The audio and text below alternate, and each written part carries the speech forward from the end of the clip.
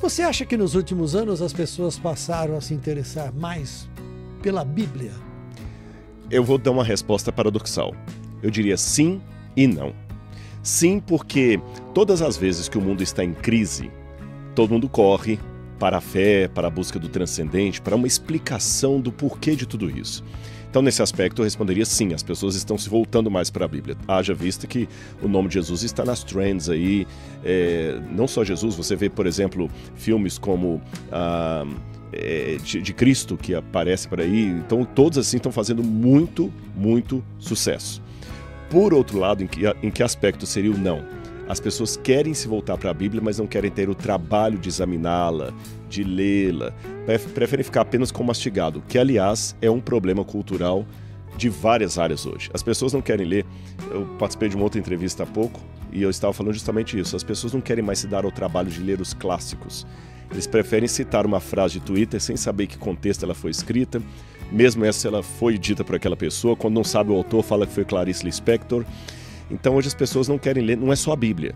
Eneida de Virgílio, as Guerras Gaulesas de Júlio César, mesmo os clássicos de Shakespeare, as pessoas não querem se dar o trabalho. Mesmo na nossa literatura, Machado de Assis, infelizmente nós estamos vivendo uma época, digo com muito pesar, de emburrecimento cultural, apesar de termos à nossa disposição uma cultura que nenhum dos nossos antepassados teve em toda a sua vida. É uma contradição, né, rapaz? Porque Sim. Ao mesmo tempo as pessoas se comportam muitas vezes como se o mundo fosse acabar amanhã, né? Se dedicando cada vez mais. Você vê coisas que acontecem e fala assim, mas as pessoas estão cada vez mais agressivas, estão mais violentas, perderam a paciência com o outro, né? Sim. A humanidade no sentido da gentileza, né? Uhum. De saber entender um pouquinho a dor do outro para poder ajudar de alguma maneira. A gente nota que tantas vezes as pessoas vão perdendo. Aí na hora que aperta, apela para uma entidade ou para uma outra entidade, cada um corre para a sua religião, achando que aí vai se salvar. Porque, na verdade, também estava fazendo outra coisa que não considerava o outro, né? Com certeza. E olha, eu vou falar, o pior tipo de hipocrisia, se é que eu posso colocar uma escala de prioridade, vou criar esse neologismo aqui, para hipocrisia, o pior tipo é a hipocrisia religiosa. E eu explico o porquê da minha fala. Se você tem um líder do tráfico de drogas perigoso, que faz uma maldade cruel, um crime hediondo, na sua experiência, sua vida de jornalista, você deve ter visto muitas matérias assim, como é que a pessoa teve coragem de fazer aquilo. Quando é um líder do tráfico, alguém mau, um bandido com uma ficha enorme na polícia, dói, machuca, mas é mais ou menos esperado. Mas quando você vê a crueldade feita em nome de Deus, ela é mais dantesca, porque você não esperaria aquilo ali. Então, nesse aspecto, as pessoas, quando correm para o sagrado apenas de modo proforme, negando a eficácia da fé, é o pior tipo que tem. E a Bíblia antecedeu em muitas falas, tudo isso. Eu vou dar 2 exemplos. Paulo, quando escreveu uma carta a Timóteo, Paulo falou o seguinte: nos últimos dias, Timóteo, e para quem crê na Bíblia como um livro inspirado por Deus, essas palavras são emblemáticas.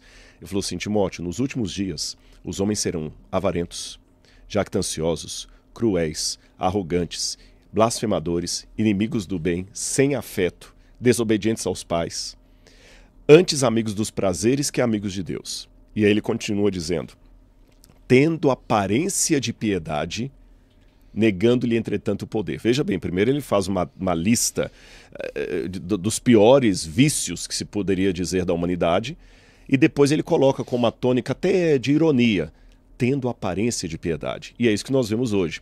Pessoas que dizem assim, é o ódio do bem. Você está entendendo? Eu quero fazer inclusão daquele que concorda comigo. O que não concorda comigo tem que ser desprezado. Vou tocar aqui num assunto polêmico. A criança negra ou preta, como alguns preferem pelo politicamente correto, fora da barriga da mãe tem que ser preservada e tudo e tal, mas dentro da barriga da mãe ela pode ser abortada. Quer dizer, você só torna ser humano depois que você nasce. Antes de nascer, a mesma pessoa que fala todas as vidas importam, vidas pretas importam, Mas se a vida preta está dentro da barriga de uma mulher preta, ela não importa, porque eu sou a favor que aborte. Então olha o paradoxo, tem uma aparência de piedade, mas nega eficácia. A segunda mensagem bíblica que eu poderia citar à guisa de ilustração é quando Jesus fala da volta dele, onde muitos chegarão e falarão, Senhor, em teu nome eu fiz isso, eu fiz aquilo outro. Ele fala assim, apartem-se de mim, malditos, eu não conheço vocês. Eles falam, mas como? Aí Jesus fala, olha, porque eu tive fome e você não me deu de comer, eu tive sede, você não me deu de beber, eu tive nu, você não me vestiu. Mas quando é toda vez que você fez isso, ou uma maldade ao seu próximo, foi a mim que você fez. Então, com esses dois exemplos, eu ilustro justamente esse cenário que você diz aí, colocando apenas uma última nota. Para não terminar a minha resposta com um tom sombrio, trágico, eu diria, citando até Anne Frank, do Diário de Anne Frank, que apesar de todas as atrocidades, uma das últimas frases que ela cita, ela fala assim, eu ainda acredito na bondade dos homens. Aí eu penso, se por um lado tem esse mundo caótico, mas eu ainda tenho aqui uma Madre Teresa de Calcutá. Semana passada eu assisti um filme que foi feito, creio que recente, da vida da irmã Dulce. Então, se eu tenho os Hitlers, os Stalins, o terrorista do Hamas, para me desanimar com relação à humanidade, eu tenho Madre Teresa de Calcutá, eu tenho irmã Dulce, e acima de todos esses eu tenho a figura de Jesus para me animar. Então, apenas estamos num grande conflito entre o bem e o mal, e você escolhe de que lado vai ficar. Yeah.